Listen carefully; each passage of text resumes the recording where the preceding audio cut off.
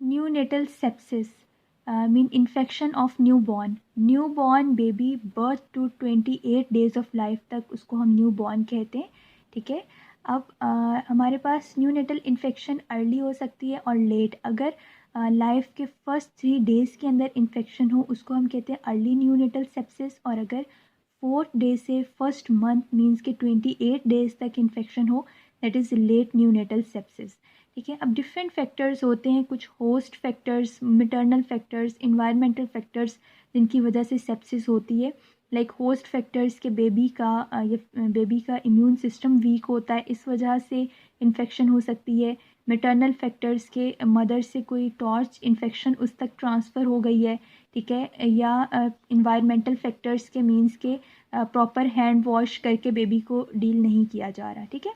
अब इसकी different life stages के ऊपर डिफरेंट इटियोलॉजी, मतलब अगर कंजेनिटल सेप्सिस हो रही है कंजेनिटली तो वो किसी टॉर्च इन्फेक्शन की वजह से, और अगर perinatal period, perinatal mean birth के आसपास, थोड़ा सा बर्थ से पहले वाला पीरियड, थोड़ा सा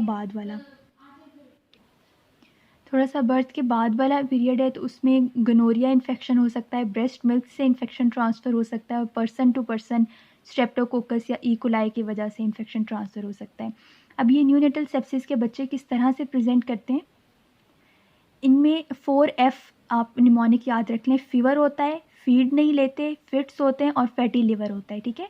इसके अलावा लिथार्जिक होते हैं और इनका हार्ट रेट और रेस्पिरेटरी रेट बढ़ा हुआ होता है। अब बहुत सारे बुक में ये दिए हुए हैं, आप सिर्फ इतने से याद रख लो, ये वाले जो 4 फीचर्स हैं ना, ये टिपिकली न्यूनेटल सेप्सिस के अंदर होता है। फीवर होता है क्योंकि इन्फेक्शन है, फीड नहीं ले रहे, और फिट्स और फैटी लिवर।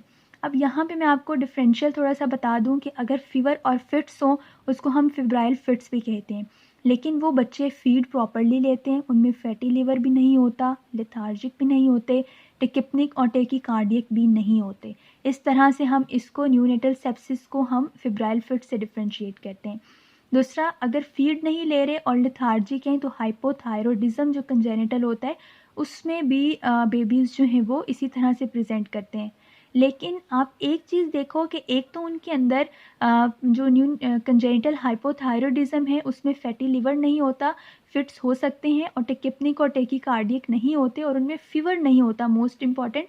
और दूसरी सबसे ज़्यादा इम्पॉर्टेंट बात के फिब्राइल फिट्स और जो हमारे पास ये कंजेनिटल हाइपोथायरॉयडिज्म है ये न्यूनेटल पीरियड के अंदर मैनिफेस्ट नहीं होते, जबकि neonatal sepsis neonatal period mean कि ये लाइफ जो पीरियड है ना, ये एज है बच्चे की, वो बहुत इंपॉर्टेंट है इसमें, ठीक है। इसको इन्वेस्टिगेट किस तरह से करते हैं, एक तो सीबीसी पे हम WBCs, न्यूट्रोफिल्स और प्लेटलेट्स का लेवल देखते हैं, इंक्रीज़ भी हो सकते हैं और डिक्रीज़ भी हो सकते हैं।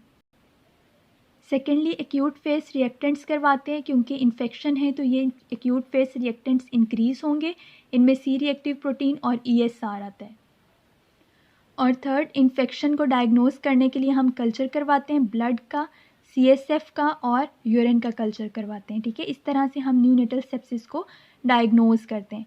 इसके ट्रीटमेंट के लिए यूजुअली ये बैक्टीरियल इन्फेक्शन की वजह से होती है तो एंटीबायोटिक्स देते हैं। अर्ली ऑनसेट जो फर्स्ट 3 डेज़ ऑफ लाइफ के अंदर इन्फेक्शन होती है उसके लिए हम एम्पिसिलिन और अमाइनोग्लाइकोसाइड्स देते हैं 10 to 14 डेज़ तक, ठीक है। ये एंटीबायोटिक कोर्स देते हैं। इसके अलावा ये बाकी भी आप याद कर सकते हो तो कर लो, अदरवाइज़ अर्ली ऑनसेट में ये 2 ड्रग्स देते हैं, और जो late onset mean 4th day से 1 मंथ तक इन्फेक्शन होती है उसके लिए वेंकोमाइसिन और अमाइनोग्लाइकोसाइड देते हैं। इसके अलावा स्पोर्टिव ट्रीटमेंट देते हैं। स्पोर्टिव ट्रीटमेंट में टेम्परेचर कंट्रोल करेंगे, इनपुट आउटपुट और वाइटल्स रिकॉर्ड करेंगे, इलेक्ट्रोलाइट्स इम्बैलेंस को करेक्ट करेंगे, रेस्पिरेटरी सपोर्ट को देंगे, सीजर्स को कंट्रोल करेंगे, न्यूट्रिशन देंगे, IV स्टीरॉयड्स देंगे, और अगर DIC है तो उसको ट्रीट करेंगे और इम्यूनोग्लोबुलिन्स देंगे।